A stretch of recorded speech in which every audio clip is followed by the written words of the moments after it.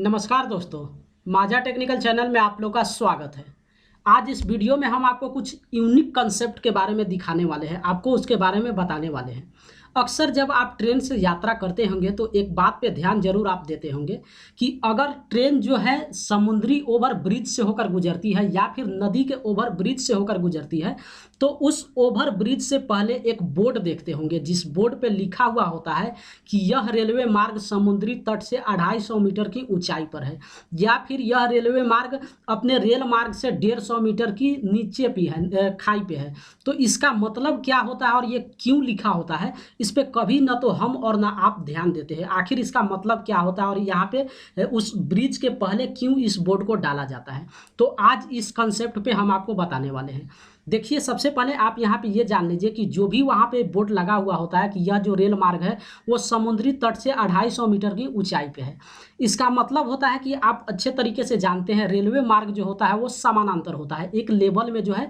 Rail की पटरी होती है। अब वहाँ पे जो है ओवर ब्रिज हो रहा है, यानी कि समुद्र जब वहाँ से जो ट्रेन का ब्रिज जो है वो स्टार्ट हो रहा है तो समुद्र के तट से जो है 250 मीटर की ऊंचाई पे है, यानी कि रेलवे का जो ट्रैक होगा अब समानांतर न होकर ऊंचाई की ओर बढ़ेगी। तो इसलिए वहां पे डाला जाता है, वो जो है लोको पायलट के लिए बोर्ड लगाया जाता है, यानी कि जो ट्रेन का ड्राइवर होता है, जो ट्रेन को चला रहा होता है, उसके लिए और उस गार्ड के लिए जो है उस बोर्ड को लगाया गया होता है ताकि ड्राइवर को ये पता चले कि अब जो मेरा रेलवे ट्रैक जो कितना मीटर की ऊंचाई पे होने वाली है, जिसको लेकर जो है वो अपने ट्रेन का स्पीड जो है उस हिसाब से लगा सकता है। अब आप समझ सकते हैं कि यहाँ पे 4 चक्का का कोई गाड़ी नहीं है जिसका स्पीड जो है हम तुरंत बढ़ा सकते हैं या फिर स्पीड जो है तुरंत घटा सकते हैं। तो ट्रेन का जो एक स्पीड होता है कितना मीटर की ऊंचाई पे है, तो उसका लोको पायलट जो समझता है कि अब जो है मेरे ट्रेन का स्पीड कितना करना है, और अगर वही जो है रेलवे मार्ग जो है वो अगर नीचे की ओर जा रही है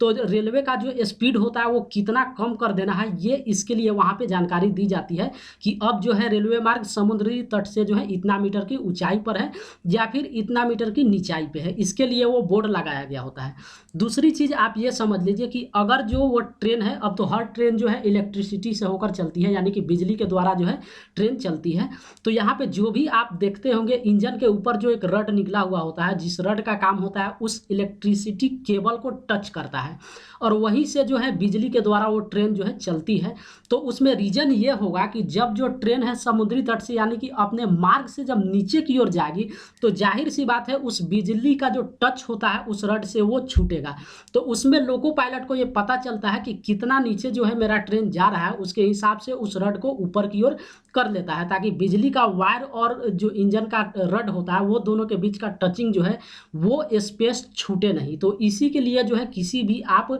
समुद्र के ओवर ब्रिज से पहले या फिर नदी के ओवर ब्रिज से पहले आप देखते होंगे ये लिखा होता है कि यह जो रेलवे मार्ग है वो समुद्री तट से 250 मीटर की ऊंचाई पर है। तो इसका रीजन यही होता है कि वो जो है उस ट्रेन के ड्राइवर को सूचित करता है कि अब जो है अपनी ट्रेन की स्पीड जो है कितना ज़्यादा बढ़ाना है या फिर कितना कम करना है, और फिर जो इलेक्ट्रिसिटी केबल को जो टच कर रहा है रड उसको कितना नीचे लेना है और कितना जो है ऊपर बढ़ाना है। तो अब उम्मीद करते हैं आप समझ गए होंगे कि आखिर क्यों उस पुल के पहले लिखा हुआ होता है कि यह जो रेलवे मार्ग है वो समुद्री तट से 250 मीटर की ऊंचाई पर है या फिर नीचे की ओर है।